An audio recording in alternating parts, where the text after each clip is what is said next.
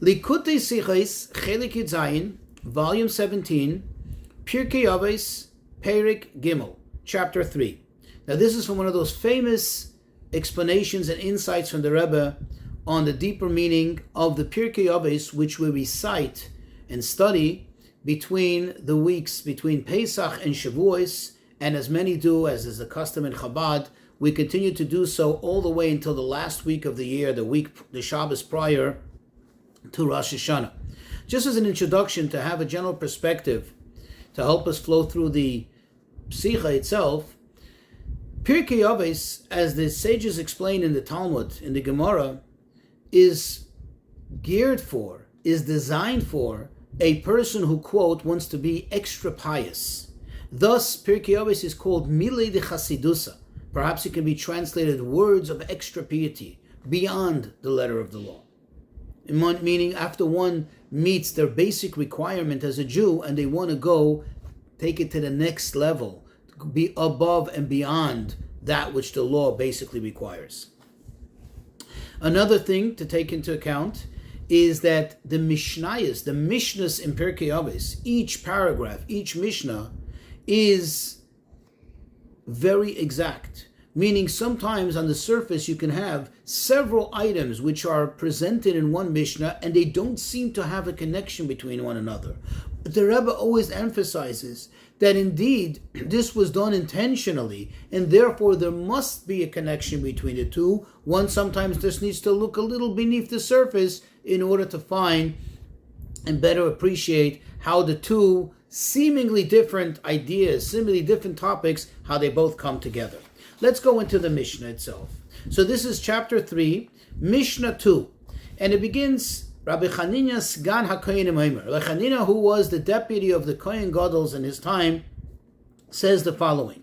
Hevei mispalel b'shloima shel malchus. You should always pray for the welfare of the malchus. Malchus literally means kingdom, kingship, which over here means the government. Always pray for the welfare of the government. She'in mole mara.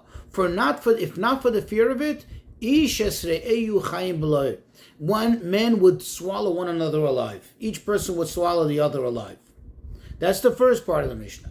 Then the Mishnah continues and says, Rabbi Chanina ben Tradian Omer, another Rabbi Chanina, which is Rabbi Chanina the son of Tradian, says, Shnayim sheyoshvim ve'ein beinayim divrei Torah. Two who sit, however, there isn't an exchange of words in Torah between them. Hareizem lishav leitzim. This is like a company of scorners. And he shenemar, as it says, and he brings a verse for it. And then he continues, Avos. Avos means however. Shnayim sheyoshvim ve'yesh beinayim divrei Torah. Two who are sitting, and there is an exchange of words of Torah between them. Shechina shruya beinayim. The divine presence, the Shechina, rests between the two of them. Shenemar, and for this he brings a pasuk. It says, Oz nidberu yirei Hashem. Then the God-fearing conversed. Notice that he says the God-fearing conversed. Ishareu, one to the other. Vayakshiv Hashem Ayishma. And Hashem pays close attention and he listens. Vayikosav Zefer Zikaron Lefanav. And he writes it in the book of remembrance before him. Liyirei Hashem u'lechesh ve'shoy. To those who fear God and consider his name. So the Rebbe asks some very obvious questions. Number one, we know that, as we mentioned in the introduction, the sages tell us that Pirkei Avos is for one who seeks to be extra pious, above and beyond. In other words, Pirkei Avos is not designed to help one refrain from doing actual prohibitions, from committing actual sins, but rather to do something what's called lifnim mishuras adin. Why would somebody who is on that level need to be warned not to, quote, swallow another alive, which in plain simple English sounds like to kill another person, to do away with another person, to rub out another person? Why would he have to be, advise this in Pirkei Avos when it seems to be an obvious rule in the Torah that you're not allowed to hurt another person, that you're not allowed to kill another person? Moreover, a second question. There seems to be an emphasis over here on chayim beloi, on, quote, swallowing another alive. Doesn't say plain and simple. In other words, why is this poetic expression? Why not just say a person would kill the other if it were not for the fear of the government? A third question. This whole idea that perhaps a Jew is capable or susceptible of causing harm to another to the point of killing them, it seems to be so foreign to a Jew. It seems to be so foreign, so distant from what a Jew is all about, especially somebody who is on the level of Mili de Chasidusa, of extra piety. So the whole thing doesn't seem to make sense. Why would I even think that somebody would do bad to another if somebody's already at this level that they're studying, that they're being guided by Pirkei Avos? And the fourth question, of course, the obvious, what does the second part of the Mishnah have with the first part? It doesn't seem to be, there seem to be two totally different items. One doesn't seem to be remotely connected to the other. This is talking about not hurting somebody, it's talking about sitting with someone else and studying Torah. And here says the Rabbi, here's the clarification in all of this. As we mentioned above, Pirkei Avos is indeed Mili de Chasidusa.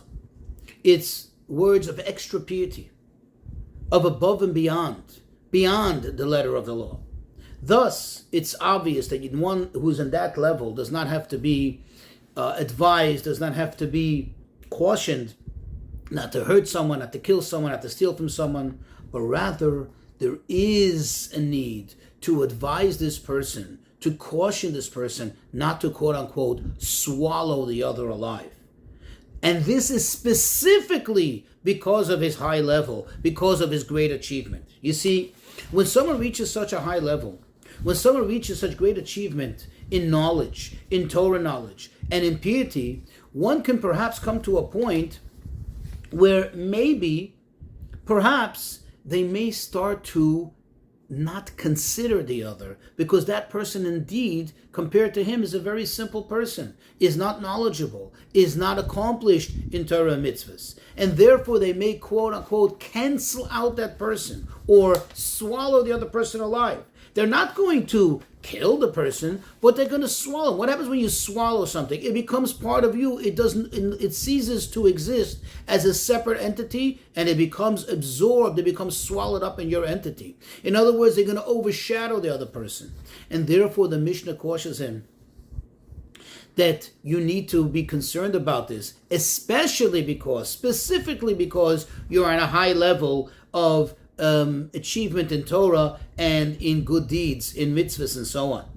In order for one to affect this by themselves, it's not sufficient that they should think about it and contemplate it and come to a conclusion of how terrible it is to put down the other person, how terrible it is to cancel out the other person, because words may not, or thoughts may not effectively help the person to come to that place where they actually won't do this. In other words, they may not be able to affect themselves in the fullest extent to be able to be complete in this, to be wholesome in this idea of not putting down another person. Rather, therefore, the Mishnah says, you have to, quote, pray for the welfare of the Malchus. Malchus in this context means government, but Malchus literally means kingship, governance. Now, where does Malchus come from? This will immediately trigger in the person's mind.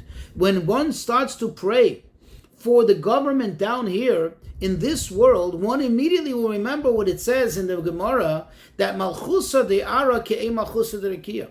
That the kingship down here, governance down here, where does it stem from? And it's a reflection of the Malchus above, the true Malchus. When he starts praying for the government, for the kingship down here, that's when it will trigger in his mind the awareness and the presence of the true kingship, the King of Kings, Hashem himself, and this will now instill a fear in him for Hashem himself. This will give him true moira, true yira for Hashem, which obviously, what is the definition of yira of Hashem when you have fear of Hashem? That you don't feel any feeling of greatness over another person, because you feel total subservience, total naught, total bittul to the Eibishter himself. And therefore, when you have this, meaning when you have the idea, you have shloima shel malchus, when you have the peace of kingship down here, that is a reflection of the peace of kingship up there. And therefore, when you're praying for Shleima Shel Malchus down here, this reminds you about Malchus Shemayim, about the kingship of heaven. And therefore, you're more likely to be able to overcome that urge, that feeling of putting somebody down, of, quote, swallowing someone else alive and making them feel like they're nothing compared to you. However, the Yetzer Hara is a professional at his work. He is an absolute uman, as the Gemara says. He is a professional, and he knows his work very well. And therefore he can try to confuse the person and try to distort the person's vision of this, even when the person is thinking about the greatness of Malchus Shamayim, even when the person becomes fully aware of how he is nothing compared to Hashem, and therefore he shouldn't, be misnase, he shouldn't lift himself above another and put down another. And that's why the Tana emphasizes not just that one has to reflect on this, but he emphasizes that one has to pray for this. Why? Because when one prays, what they're doing is they're asking Hashem, please help me. Literally to ask Hashem to help him come to this point, realizing that I on my own may not be able to successfully accomplish this, especially considering that the Yetzer Hara might come in to try to distort things. Now that we reach this point, we can very much appreciate how the second part of the Mishnah connects and why it's in this Mishnah. When does one have a true, so to speak, proof that he's actually succeeded in coming to this good place, to the being in the right place, where he is not feeling any whatsoever greatness over another person, he is not quote-unquote swallowing the other person? That's when you have shnayim sheyoshvim, when two sit. What does it mean when two sit? The Rebbe says the emphasis here is two are sitting together. They're sitting together, and there are words of Torah between them. What does that mean, says the Rebbe?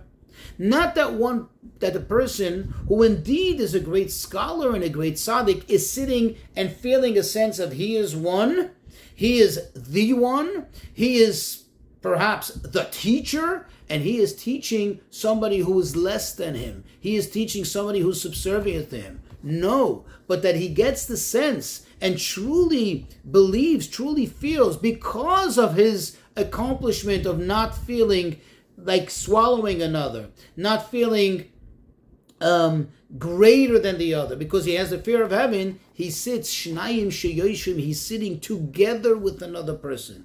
They sit together and they are learning together, even if he's the one doing the teaching. But he doesn't feel like he is sitting above the other and the other person is sitting lower than him or less than him. They're sitting together. They're shnayim sheyoshim. There's true bittul, and between them, meaning it's between them, it's together, there are words of Torah. That's when the Shekhinah is there. That's when the presence, the divine presence, rests between them. And now we can also better appreciate the pasuk, the verse that the Tana brings in order to back this up. In the pasuk it says that Vayakshiv Hashem, he listens to the Yirei Hashem, to those who fear God.